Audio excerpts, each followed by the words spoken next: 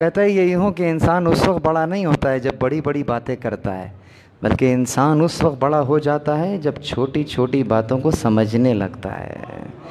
آج ہم چھوٹی چھوٹی باتوں کو سمجھ رہے ہیں۔ پہلی چیز تو یہی نوٹ کر لیجئے کہ اندر سے اگر روح نکل جائے معلوم نہیں چلتا کہ باہر سے کوئی چیز بھی اندر آئی ہے۔ دوسری چیز غور کیجئے گا، زندہ ہے نا، اندر روح موجود ہے نا، تکلیف ہوئی، تکلیف تو ہوئی ہے، پھر اس جسم نے ریئیکٹ کیا کیا؟ ایک ریئیکشن بھی تو ہے۔ ایک تو تمہیں روحانی ایک تکلیف تو تمہیں اندر ہوئی ہے، تکلیف دکھا تو نہیں سکتے، لیکن ایک ریئیکشن ہوگا۔ وہ کیا ہوگا؟ پرانے زمانے میں یاد ہے کہ جب کبھی کسی بچے کو پھانس لگ جاتی تھی تو گھر میں وہ اماں جان کیا کرتی تھیں؟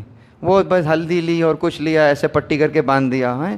وہ اس زمانے میں تو کوئی سرجری ورجری کہاں ہوتی تھی بھائی، اس طرح پتہ نہیں وہ جڑی بوٹیاں بنائیں گھر کے اندر، بلکہ وہ کچن میں ہی مل جاتی تھی ساری چیزیں۔ کیا زبردست ڈسپینسری تھی، کچن سے ہی چلتی تھی۔ بس وہاں سے نکالا، یہ لیا وہ لیا، کپڑے سے باندھ دیا، بچہ دوبارہ کھیلنا شروع کر دیا، ختم۔ ایک دن گزرا، دوسرا دن دیکھا، پٹی کھول کے دیکھا، پھانس باہر آئی ہوئی ہے۔ کیوں باہر آ گئی؟ جسم نے خود ہی اس کو باہر دھکیل دیا۔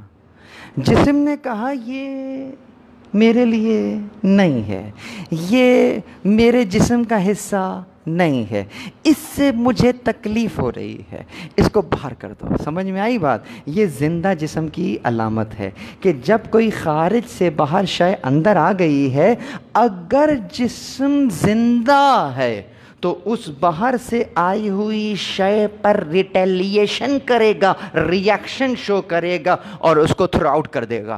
یہ زندگی کی علامت ہے۔ بس تم نے اب اپنے جسم کو اگر دیکھ لیا ہے نا اس انداز سے، اب میں تمہیں معاشرے کی مثال دے دیتا ہوں۔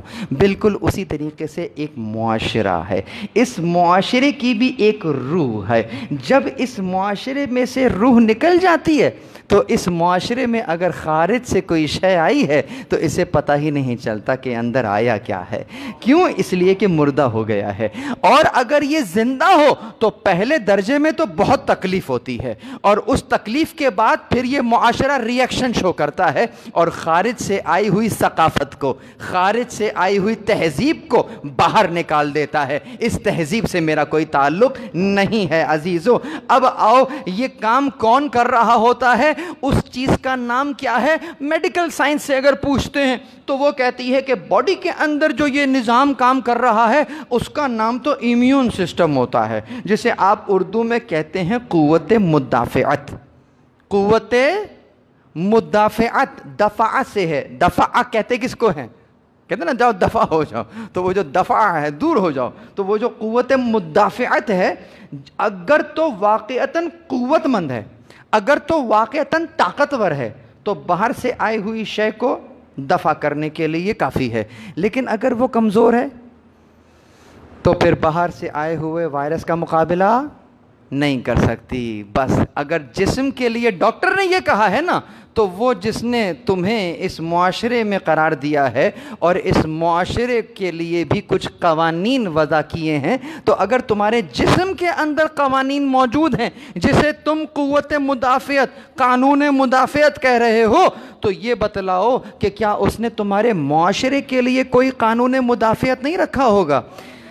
کیا تمہارے معاشرے کے لیے کوئی قانون مدافعت نہیں ہوگا؟ اور اگر رکھا ہے تو اس قانون مدافعت کا نام کیا ہے کہ اگر تو وہ قوت مند رہا، اگر تو وہ طاقتور رہا تو باہر سے آنے والی ثقافت کو ریٹیلیٹ کرے گا، دفع کر دے گا، لیکن اگر وہ کمزور ہو گیا تو نتیجہ بہت بھیانک نکلے گا۔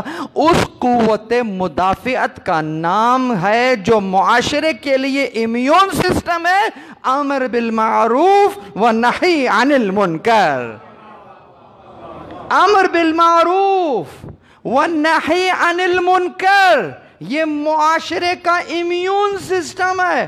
اگر یہ قوت ختم ہو جائے، اگر یہ طاقتور نہ رہے تو پھر معاشرے میں برائیاں پھیلنا شروع ہو جاتی ہیں۔ جب یہ ثقافت رائج ہو جائے کہ میں نے کسی کو روکا کہ میاں یہ کیا کر رہے ہو، وہ پلٹ کے مجھے جواب دے تمہیں کیا ہے، اور اگر میں اپنے اس وظیفے پر عمل نہ کروں اور میں کہوں کہ جاؤ 2-3 مرتبہ تو کہہ دیا، کرتا ہے تو کرے، ہمیں کیا؟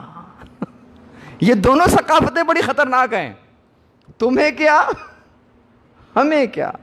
اگر روکنے والوں نے ہمیں کیا کا سافٹ ویئر انسٹال کر لیا اور سامنے والے نے تمہیں کیا کا سافٹ ویئر انسٹال کر لیا, تو سمجھ جائیے آپ کے کمپیوٹر میں وائرس آ گیا ہے, گڑبڑ ہو گئی ہے. اب یہ معاشرہ جہاں سب کچھ چل رہا ہوگا, یوں کہیے کہ جس معاشرے میں سب کچھ چل رہا ہوتا ہے تو پھر وہ معاشرہ نہیں چل رہا ہوتا. معاشرے میں سب کچھ چل رہا ہے, معاشرہ